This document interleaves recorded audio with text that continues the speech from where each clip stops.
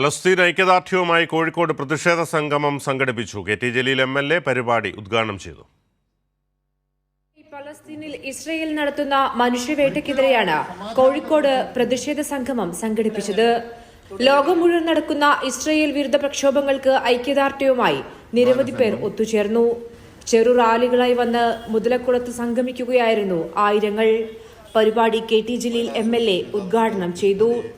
Communist രാജ്യങ്ങളുടെ ചേരിയുണ്ടായിരുന്നെങ്കിൽ ലോകത്ത് ഈ ഗതി ഉണ്ടാവുമായിരുന്നില്ല എന്നും കമ്മ്യൂണിസ്റ്റ് ചേരിയുടെ അപ്രത്യക്ഷമാവലോടെ ഏറ്റവും വലിയ നഷ്ടം ഏറ്റുവാങ്ങേണ്ടി വന്നത് മുസ്ലിങ്ങളാണെന്നും കെ.ടി. ജലീൽ പറഞ്ഞു. ലോകത്ത് കമ്മ്യൂണിസ്റ്റ് ചേരിയുടെ തിരോധാനത്തോടെ അപ്രത്യക്ഷമാകലോടെ ഏറ്റവും വലിയ നഷ്ടം സംഭവിച്ചത് ആർക്കാണ് എന്ന ചോദ്യത്തിന്റെ ഉത്തരം ഒന്ന് മാത്രമേയുള്ളൂ. As a community, as a race, ഒരു വംശം എന്നുള്ള നിലയിൽ, ഒരു മതസമൂഹം എന്നുള്ള നിലയിൽ അതിന്റെ ഏറ്റവും വലിയ നഷ്ടം ഏറ്റുവാങ്ങേണ്ടി വന്നവർ ലോകത്തുള്ള മുസ്ലിം രാജ്യങ്ങളും മുസ്ലിങ്ങളുമാണ്. അമേരിക്കയും ഇന്ത്യയുമാണ് ഗസയിലെ പാവപ്പെട്ടവരെ കൊല്ലാൻ ആയുധം നൽകുന്നത്.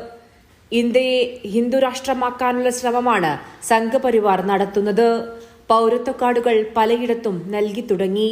ആളുകൾ നാടുവിടേണ്ടി വന്നാൽ കലാപത്തിലേക്ക് പോകുമെന്ന സാഹചര്യമുണ്ടാകുമെന്നും കെ.ടി. ജലീൽ പറഞ്ഞു.